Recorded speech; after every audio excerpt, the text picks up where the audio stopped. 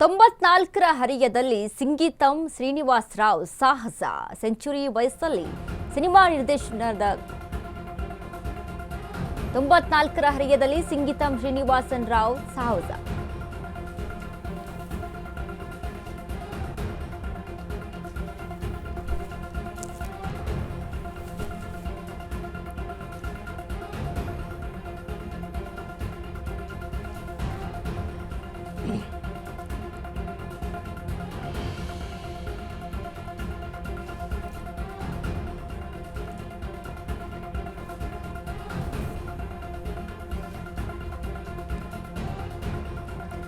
ಖ್ಯಾತ ನಿರ್ದೇಶಕ ಸಿಂಗೀತಂ ಅವರ ಸಾಹಸಕ್ಕೆ ಮೆಚ್ಚುಗೆಯ ಮಹಾಪೂರ ಹರಿದು ಬರ್ತಾ ಇದೆ.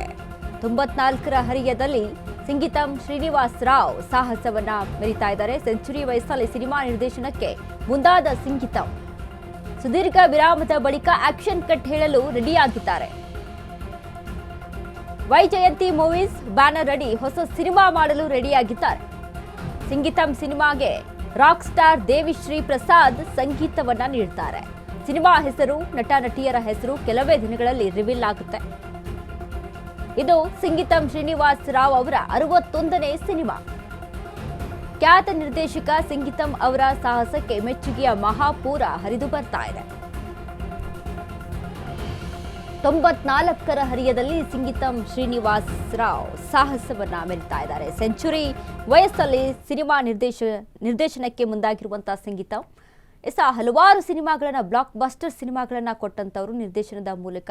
ಯಾಕಂದ್ರೆ ರಾಜ್ಕುಮಾರ್ ಅವರ ಒಂದಿಷ್ಟು ಸಿನಿಮಾಗಳು ಬಂಗಾರದ ಮನುಷ್ಯ ಆಗಿರ್ಬೋದು, ಚಲಿಸುವ ಮೋಡಗಳು ಸಿನಿಮಾ ಆಗಿರ್ಬೋದು, ಇವೆಲ್ಲವನ್ನು ಕೂಡ ಬ್ಲಾಕ್ ಬಸ್ಟರ್ ಮೂವೀಸ್ಗಳಿದಾವೆ, ಇದೆಲ್ಲವನ್ನ ನಿರ್ದೇಶನ ಮಾಡಿಕೊಟ್ಟಂಥವ್ರು ಸಿಂಗೀತಂ ಶ್ರೀನಿವಾಸ್ ರಾವ್ ಅವರು. ಈಗ 94ರ ವಯಸ್ಸಿನಲ್ಲಿ ಮತ್ತೆ ಆಕ್ಷನ್ ಕಟ್ ಹೇಳೋದಕ್ಕೆ ರೆಡಿ ಆಗಿರುವಂಥದ್ದು ಎಲ್ಲರೂ ಕೂಡ ಕಾತರದಿಂದ ಕಾಯ್ತಾ ಇರ್ತಾರೆ. ಯಾಕಂದ್ರೆ ಇವರ ಈಗಿನ ಸಿನಿಮಾಕ್ಕೂ ಹಳೆಯ ಸಿನಿಮಾಗಳಿಗೆ ಓಲ್ಡ್ ಇಸ್ ಗೋಲ್ಡ್ ಅಂತ ಏನು ಹೇಳ್ತಾರೆ, ಹಾಗೆ ಹಳೆಯ ಸಿನಿಮಾಗಳು ಅದರಲ್ಲೂ ರಾಜ್ಕುಮಾರ್ ಅವರ ಸಿನಿಮಾಗಳನ್ನ ನಾವು ನೋಡಿದಾಗ ಹಾಲು ಜೇನು ಸಿನಿಮಾ ಮೂಲಕ ನಿರ್ದೇಶನಕ್ಕೆ ಕಾಲಿಡ್ತಾರೆ ಸಿಂಗೀತಂ ಶ್ರೀನಿವಾಸ್ ರಾವ್ ಅವರು. ಅದಾದ ಬಳಿಕ ರಾಜ್ಕುಮಾರ್ ಸರ್ ಅವರ ಹಲವಾರು ಸಿನಿಮಾಗಳನ್ನ ಅಲ್ಲಿ ನಿರ್ದೇಶನ ಮಾಡ್ತಾರೆ. ನಿರ್ದೇಶನ ಆಗಿರ್ಬೋದು, ನಟ ಆಗಿ, ಇನ್ನು ಸಂಯೋಜಕರಾಗಿ, ನಿರ್ಮಾಪಕರಾಗಿ, ಹೀಗೆ ಹಲವು ಕ್ಷೇತ್ರ ಈ ರೀತಿಯಾಗಿ ಅಲ್ಲಿ ಕಾರ್ಯವನ್ನ ನಿರ್ವಹಿಸಿರುವಂತವರು. ಇನ್ನು 94 ವರ್ಷದಲ್ಲಿ ಅಲ್ಲಿ ಮತ್ತೆ ಈಗ ಆಕ್ಷನ್ ಕಟ್ ಹೇಳೋದಕ್ಕೆ ರೆಡಿ ಆಗಿದ್ದಾರೆ.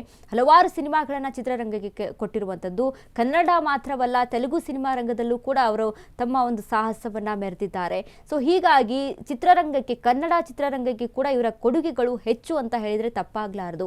ಯಾಕಂದ್ರೆ ಅಂತ ಒಂದು ಅದ್ಭುತವಾದಂಥ ಸಿನಿಮಾ ಬಂಗಾರದ ಮನುಷ್ಯ, ಚಲಿಸುವ ಮೋಡಗಳು, ಇವೆಲ್ಲ ಸಿನಿಮಾಗಳನ್ನ ಈಗಲೂ ಕೂಡ ನಾವು ಕೂತ್ಕೊಂಡು ನೋಡ್ತೀವಿ. ಒಂದು ಟಿವಿಯಲ್ಲಿ ಸಿನಿಮಾಗಳು ಬಂತು ಅಂತ ಅಂದ್ರೆ ಅಷ್ಟರ ಮಟ್ಟಿಗೆ ಆ ಒಂದು ನಿರ್ದೇಶನವನ್ನ ಕೊಟ್ಟಂತವರು. ಸಿಂಗೀತಂ ಚಿತ್ರ ನಿರ್ದೇಶನ ಮಾಡ್ತಿರುವುದಕ್ಕೆ ನಟ ಶಿವಣ್ಣ ಸಂತಸವನ್ನ ವ್ಯಕ್ತಪಡಿಸಿದ್ದಾರೆ.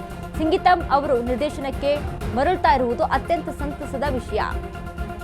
ನನ್ನ ಮೊದಲ ಚಿತ್ರದ ನಿರ್ದೇಶಕರು ಸಿಂಗೀತಂ ಶ್ರೀನಿವಾಸ್ ರಾವ್.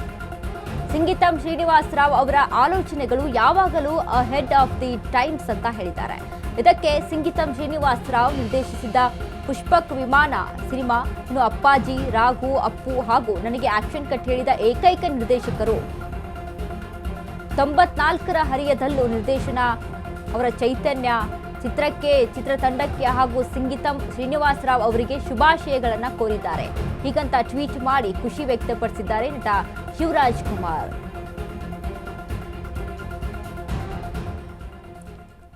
ಈ ವಿಚಾರಕ್ಕೆ ಸಂಬಂಧಪಟ್ಟಂತೆ ಇದೀಗ ಶಿವಣ್ಣ ಕೂಡ ಟ್ವೀಟ್ ಮಾಡುವ ಮುಖಾಂತರ ಶುಭಾಶಯವನ್ನ ಕೋರಿದ್ದಾರೆ.